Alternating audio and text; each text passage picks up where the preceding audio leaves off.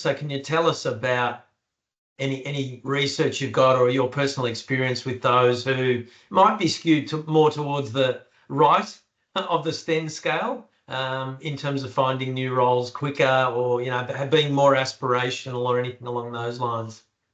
Right. Okay. So when we're talking about transition, there is a lot of research, published research on transition between jobs. There's been a lot of work on transition from university into work, and a lot of work on transition from high school to university, and they all matter.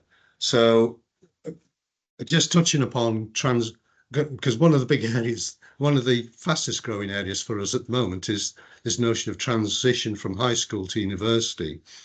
Generally, dropout rates on university programs and college programs in Europe run around 16%. In other words, 16% of students who enroll on an undergraduate program drop out typically within the first term, within the first 10 weeks. Now, depending on how universities are funded, that is an enormous waste of time and money, huge. And yet we know from probably about half a dozen programs that we've run and some research studies that the people who drop out of university problems tend to be more mentally sensitive than mentally tough. And what's happening there is the shock of working in a completely new environment is uncomfortable, and it takes them time to kind of adjust to the new environment. But of course, if you're on a degree program, by the time you've kind of adjusted to your new environment, you can be 5 weeks behind on your course, so you drop out. So what we've been able to do is to show that in general, you can halve that dropout rate.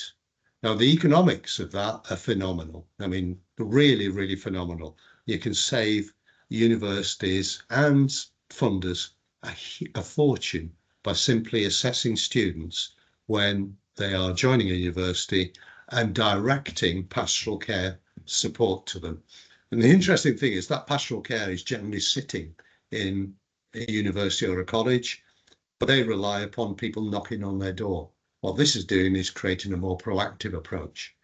In terms of transition to work, we find exactly the same. The more mentally tough, there is actually a really interesting study that was carried out in Scotland by the Scottish Funding Council who wanted to understand this.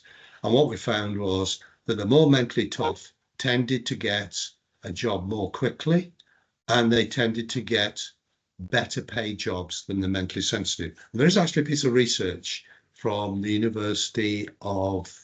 from Queen's University that shows exactly the same. But the interesting thing about that was the Scottish study then followed the students into the workplace, and they found something else that was interesting. They found that the more mentally tough students got going into their job more quickly than did the mentally sensitive. The mentally sensitive could take quite a bit of time to adjust to the new situation. And in terms of changing jobs or redundancy, or whether it's through redundancy or through just wanting to change job, exactly the same applies. The more mentally tough move from one situation to the other more comfortably and more quickly than do the mentally sensitive.